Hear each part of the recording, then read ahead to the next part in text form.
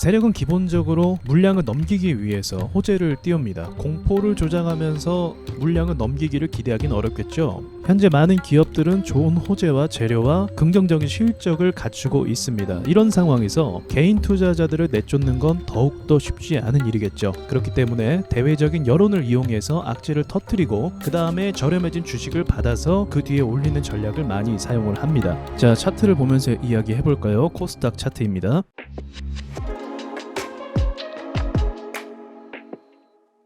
지금까지 시장은 많은 폭락이 있었습니다. 그런데 이번 폭락의 특이점은 무엇이냐면 바로 다름 아닌 속도입니다. 이전에 나왔던 폭락의 속도와 비교할 수 없을 정도로 굉장히 빠른 하락의 속도를 만들어내고 있다는 거죠. 세력의 스케줄을 우리가 다 알 수는 없지만 세력이 개미털기 할 때 가장 많이 사용하는 전략 중에 하나가 바로 시간 끌기입니다. 시간을 끌다 보면 알아서 개인 투자자들이 나갈 수밖에 없거든요. 당장 돈이 필요하니까 주식을 계속 매수하고 홀딩할 수가 없게 되는 거예요. 자, 그렇다고 한다면 지금과 같이 가파르게 움직이는 속도감이 굉장히 빠른 하락의 경우는 시간 끌기 전략에서 좀 제외가 되는 부분이겠죠. 하락의 속도와 깊이가 빠를수록 시장에서 많은 투자자들은 공포를 느끼게 합니다. 그래서 세력들이 빠른 급락을 통해서 공포감을 조성시키고 물량을 받아내는 전략도 많이 사용한다는 거죠. 그렇기 때문에 지금 전략은 시간 끌기 전략이라기보다 공포를 조장하는 전략에 가깝다라고 볼 수가 있습니다. 자, 그러면 결국은 물량을 뺏어내기 위해서 이러한 방법들을 시도를 하는데요. 막연하게 빠른 속도로 내려왔으니까 빠르게 올라갈 거라고 기대하는 건 조금 무리감이 있긴 하죠. 그렇기 때문에 기술 반등을 줄 때 비중을 일단은 줄이고 시장이 주요 저항을 뚫는지를 제가 지켜보자고 말씀을 드렸습니다.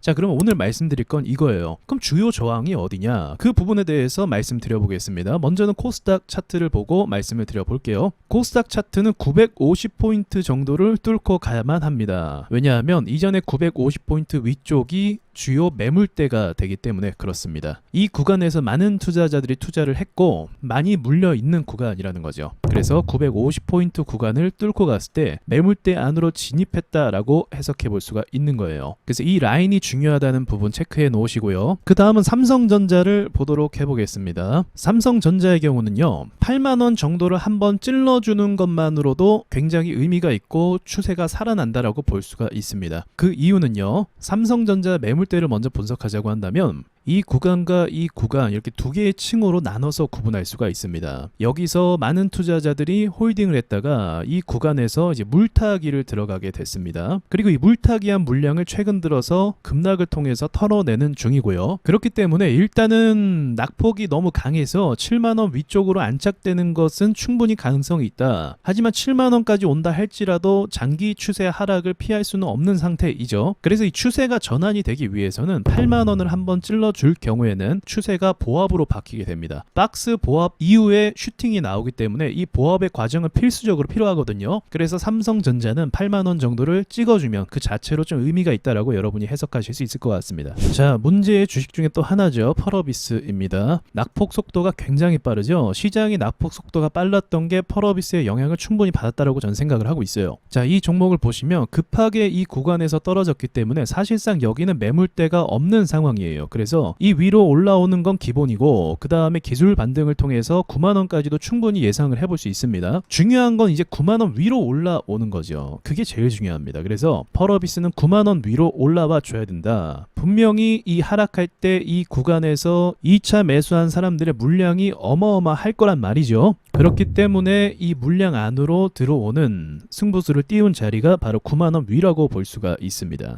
자, 마지막으로 셀트리온 제약을 보도록 해보겠습니다. 우량주인데도 정말 방치가 되듯이 거래량이 전혀 없습니다. 거래가 없다는 건 세력이 방치하고 있다는 거죠. 그래서 세력이 이 시장의 분위기를 주도하는 게 맞습니다. 자, 셀트리온 제약은요, 차트를 보시면 사실 전고점까지 가는 게 좀 의구심이 들기는 해요. 어떤 호재를 바이오는 가져올지 모르겠지만 사실 이전부터 수년 동안 많은 패턴을 통해서 상승을 만들어 왔고 이제 이 물량이 조정이 돼서 바닥을 다시 향해 가는 중입니다. 그렇기 때문에 추세를 전환해서 전고점까지 간다라는 건 좀 지켜봐야 될 일이긴 하지만 제가 봤을 때는 이 종목은 굳이 전고점까지 가지 않더라도 어느 정도 지점까지만 가주면 시장을 살려주는데 분위기에 일조할 수 있다라고 보고 있어요. 가장 의미 있는 라인이 바로 이 10만원 위쪽입니다. 여기서부터 악재가 본격적으로 막 터지기 시작했고 추세 하락이 굉장히 빠른 속도로 빠지기 시작을 했어요. 그래서 저의 판단으로는 기술 반등만으로 나와도 이 10만원 위쪽으로는 충분히 갈 수 있다고 판단하고 있고요. 그 위에가 이제 12만 5천원 이 라인 구간이 중요한데 셀트리온 제약이 올라와만 줘도 이게 상승이 굉장하거든요. 그래서 이 정도만 올라와 줘도 코스닥이 전고점을 찌를 수 있는 가능성이 생겨요. 그러면 얘는 그 뒤에 보합을 가더라도 주도주가 바턴 터치해서 올라가게 되면 시장 분위기는 달라질 거다. 그렇게 전 판단하고 있습니다. 그래서 셀트리온 제약은 계속 상승한다라기보다 기술 반등으로 어느 정도 들러리 효과